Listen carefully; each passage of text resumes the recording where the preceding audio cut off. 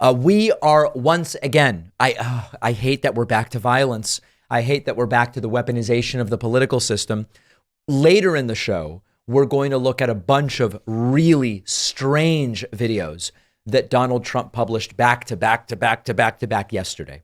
But 2 days ago, Donald Trump published a particularly disturbing video close to midnight Eastern time.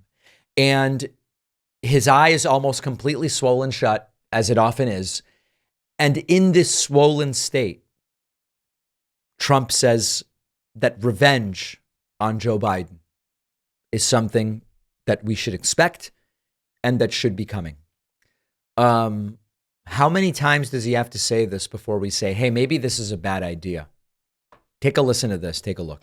And he has to be careful because that can happen to him also. The next president, whoever that may be, has a statute of limitations that go back 6 years. That's a long time, Joe. You have to be very careful. We have to guard and protect our country. These are overt, plain threats to Joe Biden about what Trump will do if he becomes president, if he doesn't get the immunity he seeks in court. We have to do what's right for our country. You don't indict your political opponent because he opposes the corrupt election, which you know was corrupt. Everybody knows it was corrupt. The American public knows it was corrupt. You don't indict your political opponent. Now, implicit in all of this, of course, is Trump's assumption, Trump's claim, Trump's assertion that Joe Biden in any way has directed the various indictments against Donald Trump. And of course, there's no evidence of that. I did everything right and they indicted me. Right. If I truly believe in law and order. Now, I know that the right loves to kowtow to this idea. The right loves to use the phrase law and order, law and auto, sometimes Trump says. I actually support law and order. And when I say that, I mean it. If anybody has any evidence that Joe Biden directed or weaponized the justice system against Donald Trump, I will be the first to denounce it and to call for consequences, whatever the appropriate consequences should be. But no matter how many times Donald Trump says it, it doesn't make it true. Now, the subject of presidential immunity is complicated. As we talked about earlier in court yesterday, one of Donald Trump's lawyers argued that if Trump weren't impeached for ordering an assassination of his political rivals, he would be immune criminally from that. That's crazy. The judges did not seem super swayed by it.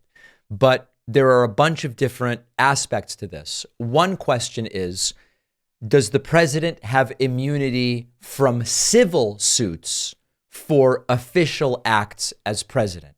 The answer appears to be yes. So you have to break this down in parts. Trump takes an action as president, not criminally prosecuted, but someone sues him civilly. He's protected from that. The Supreme Court has made that decision previously. Presidents can't be sued for actions taken while president. That's the law as we understand it right now. There is no immunity for acts outside of the official duties. If you, as president, like if you look at Clinton v. Jones, Paula Jones from 1997, the Supreme Court ruled a sitting president can be sued in federal court for actions taken before he became president, even while president. So that's another version of this. You do an action before you're president. You now are president. You can be sued during that time. 3, criminal prosecution while in office. This is where there is current ongoing debate. Can a sitting president be indicted or criminally prosecuted while in office? The Department of Justice has a policy that they don't indict sitting presidents. It's never been tested. It's never been affirmed by the Supreme Court. We are dealing with that right now. Certainly, we have impeachment and removal as a mechanism of holding a president accountable. One of the arguments now being made is immunity is total if you are not impeached and convicted on that impeachment. That has not been tested. That is an assertion that one of Donald Trump's lawyers made yesterday in court, but it has not yet been tested. And then we get to post-presidency liability. Once a president leaves office, they are no longer protected by presidential immunity. They can be prosecuted. That one seems abundantly clear. And so far, nobody has successfully challenged it, meaning you used to be president, you no longer are, you do stuff while you are no longer president, you can be indicted for that. Whether you can get, a fair jury of your peers and the practical questions of venue and those are all things that are complicated and are being sorted out. But that is our best understanding right now. And Trump's broad claim, total immunity, immune at all times, etc., goes beyond what the justice system has so far determined. Now, in terms of the threat against Joe Biden, it's shocking to me that there is a single person still willing to vote for this guy.